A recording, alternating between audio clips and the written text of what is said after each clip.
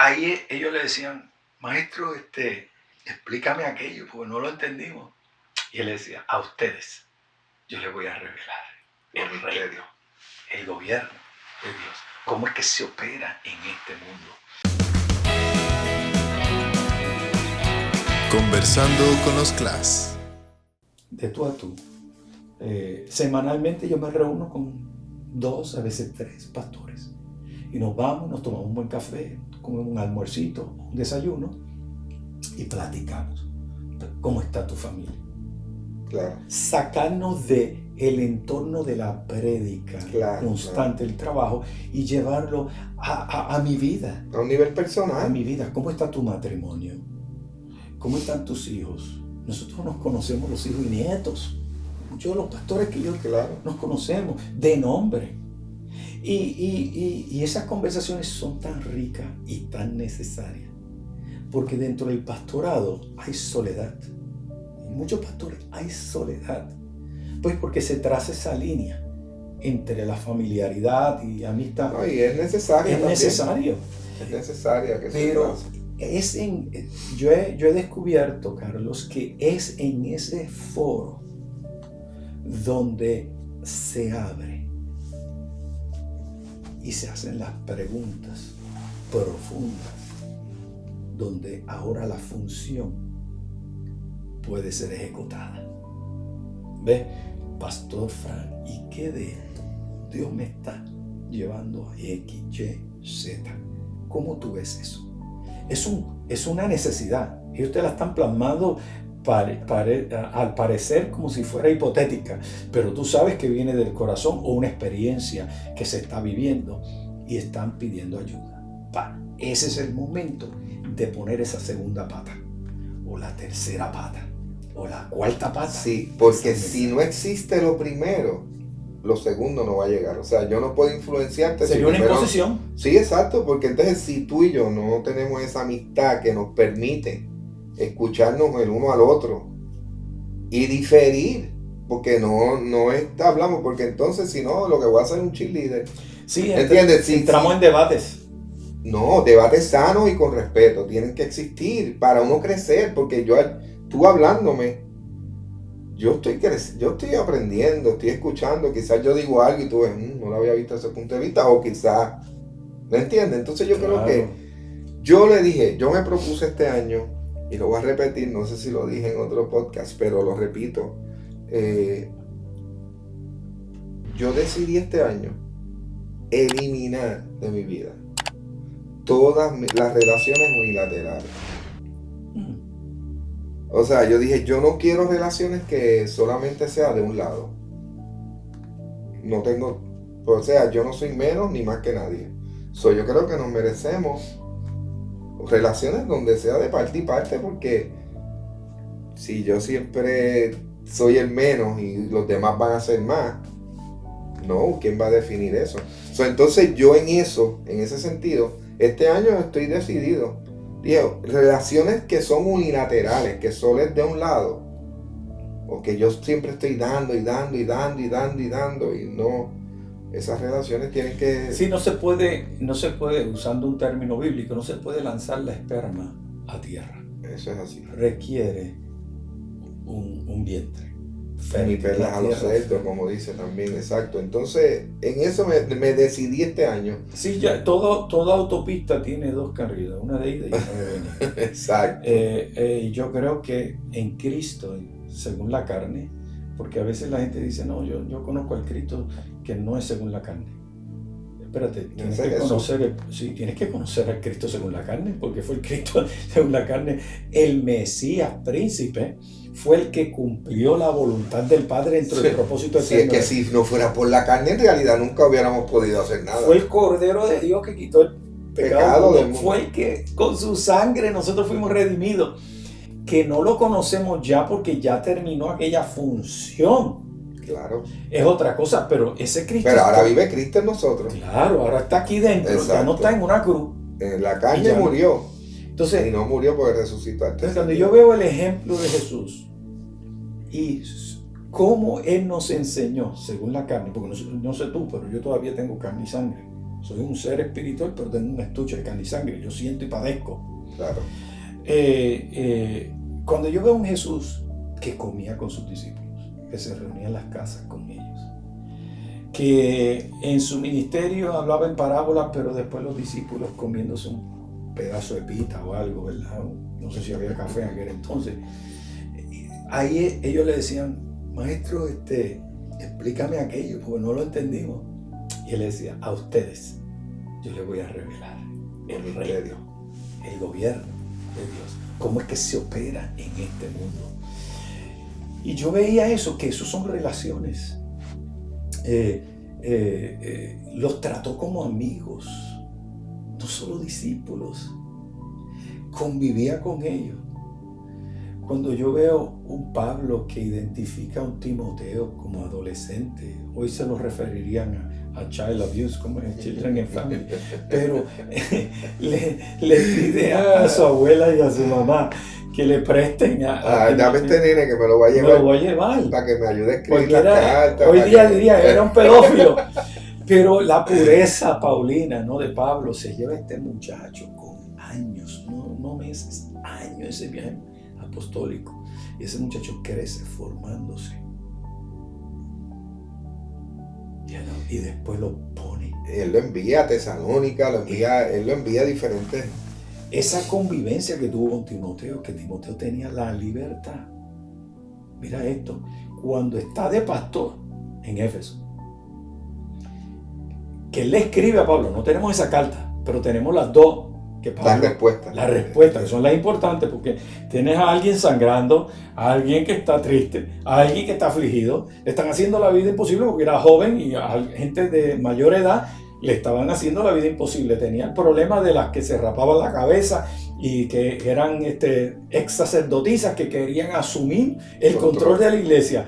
Todo esto, y Pablo le dice que nadie tenga en poco tu juventud. Acuérdate del don que fue depositado en ti por imposición de mano. Ese amor paterno de cuidado, de protección a Timoteo lo está calmando, porque reconoce que, espérate, tú fuiste procesado, estos son parte de los retos. Esto es lo que iba a pasar, tú lo sabes. Te voy a dar un consejo. Eso no nació de la nada, eso no nació de una convivencia. Timoteo no fue a Tito, no fue a Silvano a buscar el consejo, él fue a Pablo, quien estaba ejecutando la función de apóstol.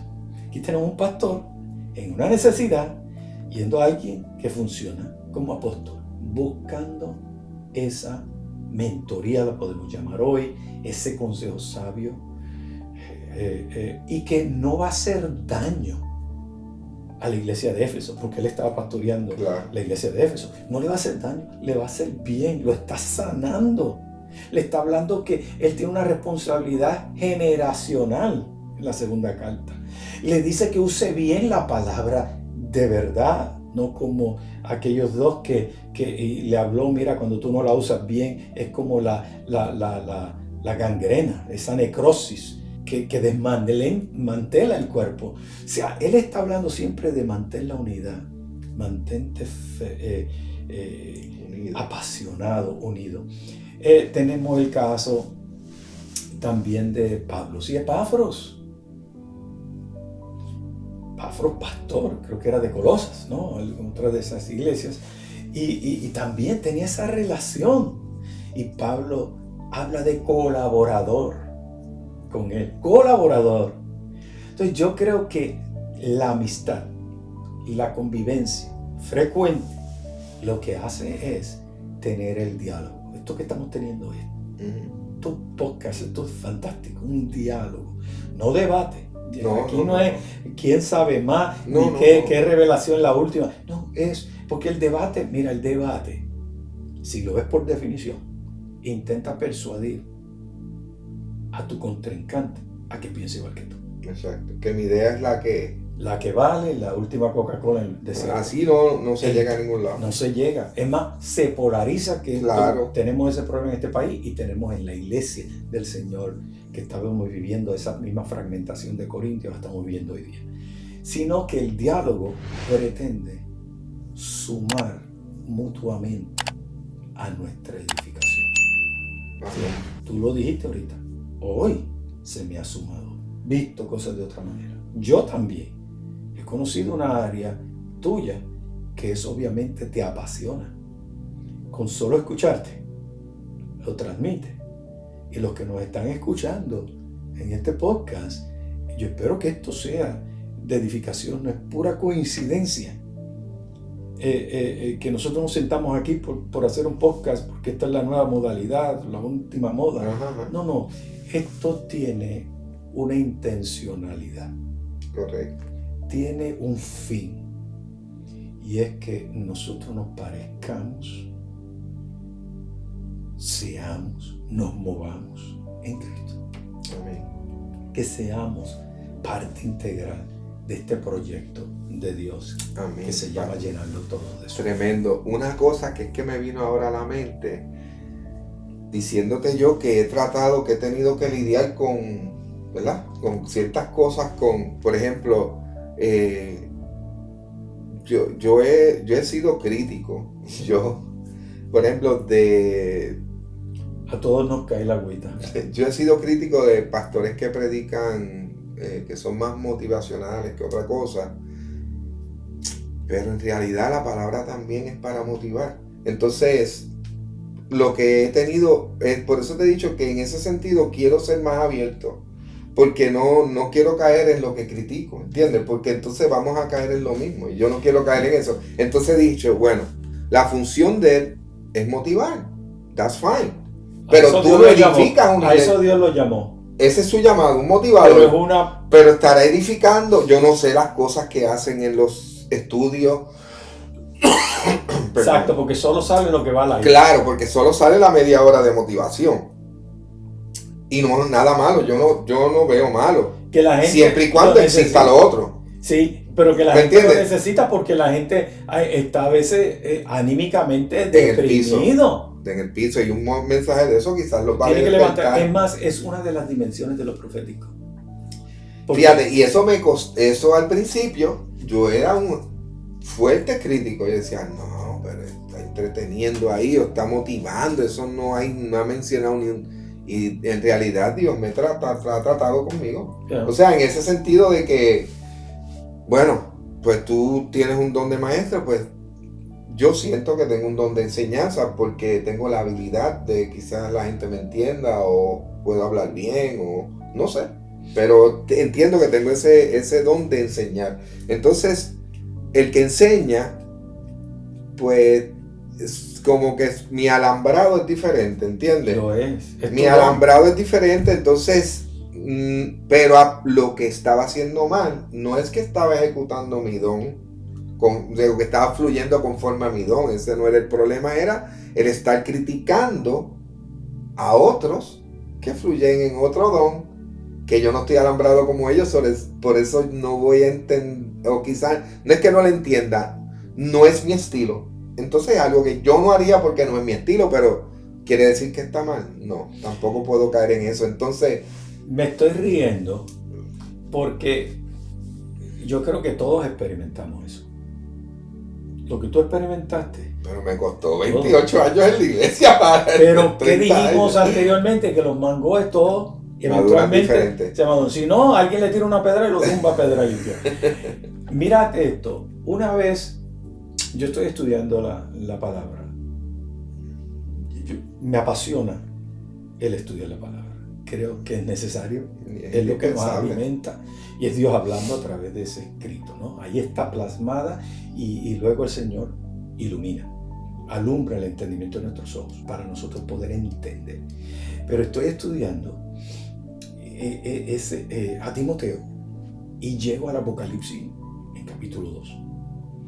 Donde tú sabes que ahí dice que primeramente le está hablando el ángel a la iglesia. No dice que es Timoteo, pero si sacas cuenta quién era el pastor que había dejado Pablo, era Timoteo. Así que es a Timoteo que el mismo Cristo le está hablando. ¿Qué pasa? Comienza Cristo llevándolo, lo trepolando. Tú que conoces. Pablo arriba. Los verdaderos apóstoles. los verdaderos Para después dejarte profetas, caer. etcétera. Yo me imagino al principio cuando él recibe esa carta, él se sintió, wow, Hinchado, inflamado el pecho. sí, Cristo. Y hasta como redimido. Y de momento, y dice, pero tengo algo contra ti. Y se lo dice ahí. Le dice dos cosas importantes. Se te olvidaron, se te olvidó el primer amor. Y el próximo versículo, o el que le sigue, dice, y has dejado de hacer las primeras obras. ¿Has dejado el primer amor? Y las primeras horas. Las primeras obras. Pum, pum, pum, pum. Yo empecé a sentir cantazos. Y espérate, aquí hay algo que yo tengo que detenerme. Y me dice, y si tú no te arrepientes, si no haces un cambio 180 grados, yo voy a quitar el candelero de la ciudad. Y el candelero de la ciudad. Cuando miras el último versículo del primer capítulo, dice que los candeleros eran la iglesia. Le está diciendo, voy a quitar la iglesia de la ciudad. Así de serio es esta situación que estamos enfrentando Timoteo. Entonces yo me pongo a pensar, ¿pero qué era la primera obra? Entonces tienes que volver a los escritos paulinos, a la carta de él, donde él le dice que no dejes tu don de evangelista. Ese primer amor, lo que más le interesa al Padre es que este evangelio sea conocido a las naciones. Mira lo que le dice Jesús a sus discípulos. Id por todo el mundo y predicad este evangelio a toda criatura. Y después dice, id y haced discípulos a las naciones. Mira esto, o sea, son dos alas de un mismo pájaro, de ese águila que vuela a las alturas. Mi amigo y hermano Timoteo se le había olvidado del evangelismo. Se puso a la crítica. Se puso a identificar quién, porque había caminado con el apóstol Pablo. Él sí sabía que era un apóstol, que era la función del apóstol. Así que si se estaban levantando unos falsos apóstoles, falsos yo lo puedo profetas, identificar. él lo puede facilito. identificar. Y no hay ningún problema de eso, pero ese no puede ser tu ministerio completo. Exacto. Eso no fue lo que Dios te llamó. Mira, él le dice, ese don por imposición de mano, y más adelante dice, evangelista. Otras palabras, tú tienes que predicar, conectar a otros a Cristo. Hoy tenemos una dinámica que la hablábamos entre ministros maduros, donde yo veo un segmento de la iglesia solamente edificando en las profundidades de las riquezas, de las inescrutables riquezas, pero solamente ahí, profundizando en la edificación, en la perfección, en la vigencia de los 5 dones, en tantas cosas hermosas. Pero las iglesias reduciéndose o se quedan chicas. Entonces veo otro segmento de la iglesia lanzándose a las calles, predicando en las redes el mensaje de la cruz.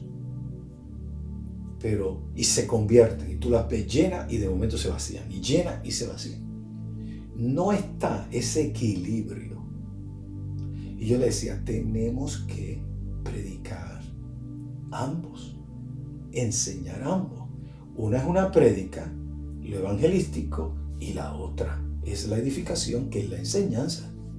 Hoy tenemos a veces gente predicando en congregaciones y sin nadie visita a todos creyentes.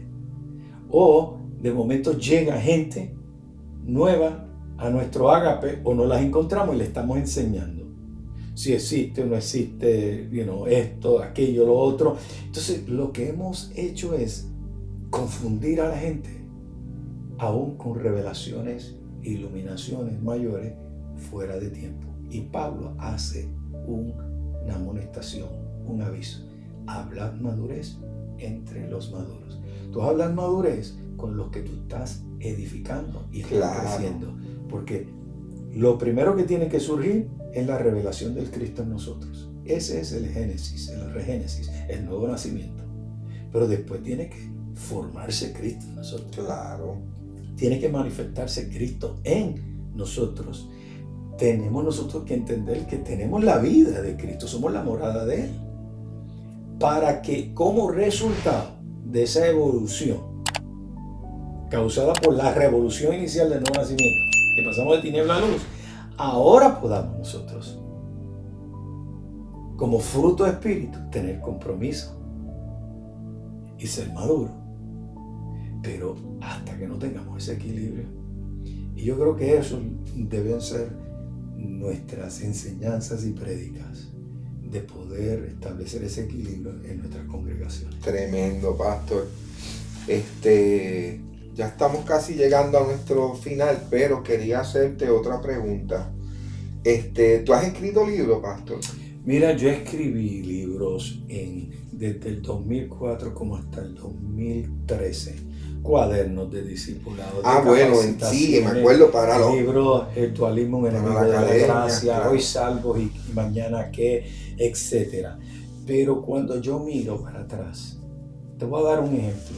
Uno de esos libros, yo tenía una mentalidad de una escuela teológica que tildaba a la otra escuela de hereje, y ese en particular tenía 5 capítulos. Y el último capítulo, los primeros 4 están chéveres, pero es una escuela teológica. El 5º capítulo, yo tiraba todo eso por la basura. ¿Por qué? Porque me iba en contra de todos aquellos iglesias donde yo había sido parte, y yo empecé a ser crítico. Para decirte que yo también pasé por eso. Crítico, al punto que me parece insultante ese 5º capítulo de ese libro. Entonces, pero puedes revisarlo, pastor. Es que al revisarlo, tendrías que hacerlo de nuevo. Entonces, eso es lo que está pasando ahora. Estoy escribiendo 2 libros. Ok. Uno de ellos que trata con es tirando de la sombra a la realidad, todo lo que era sombra, tipo y figura, y llevándolo a la figura de Cristo y la iglesia. Ese va a ser un libro que tú lo tomas, va a ser escrito en un lenguaje ya está siendo escrito en un lenguaje muy de 6º, 7º grado, o sea que todo el mundo lo entienda, no con tantas palabras profundas, pero donde la gente llegue a la conclusión que no venere más la sombra. Pero si ya tenemos la luz, ¿para qué yo quiero sombra? Y ese es el enfoque. Va a ir constantemente, como escribió Pablo. Pablo te escribía la sombra y después te escribía la revelación. Entonces eso es lo que No, yo estoy claro, yo estoy claro en lo que es la gracia de Dios, lo que es la misericordia. Estoy claro la salvación, por eso cuando me preguntan la salvación, como no se trata de nosotros, la salvación es Cristo. Pero que la salvación no depende de mí tampoco. Exacto. O sea, yo no hago cosas. Pues ese libro que yo no hago cosas para ser salvo, sino hoy salvo y mañana qué. Pero también tenía. No, ahora hago cosas porque soy salvo, es otra cosa. ¿Ves? Entonces, eso estamos claros en todas estas dinámicas. Por eso respeto. Por eso fue esa iluminación es la que me permite a mí ser empático, basarme. Comenzamos ahora, no sé si tengo la camisa, ahorita te la voy a enseñar. Se llama Desde el Amor, porque hemos entendido que todo parte de ahí. O sea, Dios es amor. Claro. Todo parte de ahí, desde el amor. Entonces, desde ese amor he aprendido que quizás aquel tecato, quizás aquel que está en el McDonald's, quizás aquel que está en Home Depot, es un escogido.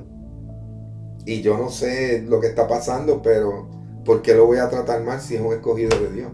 ¿Entiendes? Entonces, como veo que todos tienen la posibilidad de ser escogidos, nuestro trabajo es predicarle a todos y que Dios se encargue del resto. Nosotros no escogemos a nadie ni salvamos a nadie. Este evangelio a todo el mundo.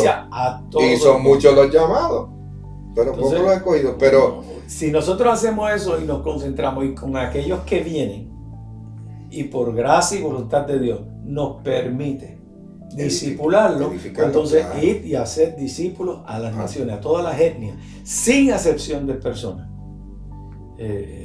Sí, por eso mismo, por lo que dije. Y el trigo y la cizaña, por eso en la iglesia, yo le digo a la gente de la iglesia, aquí no todos son trigo, aquí hay cizaña y trigo, aquí en la congregación.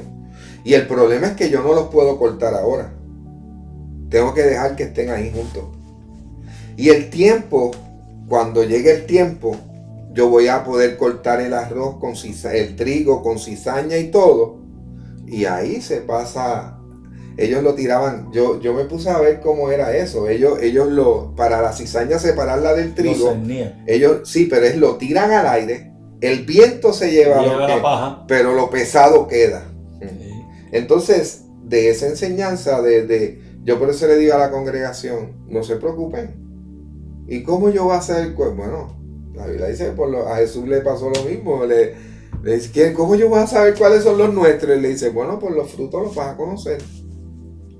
Entonces, no se trata de que el fruto es lo que provoca, sino que lo que llevas dentro provoca frutos en ti. Uh-huh. ¿Y qué vas a dar? Si tengo a Cristo en mí, tengo que dar frutos que evidencien que Cristo está en mí.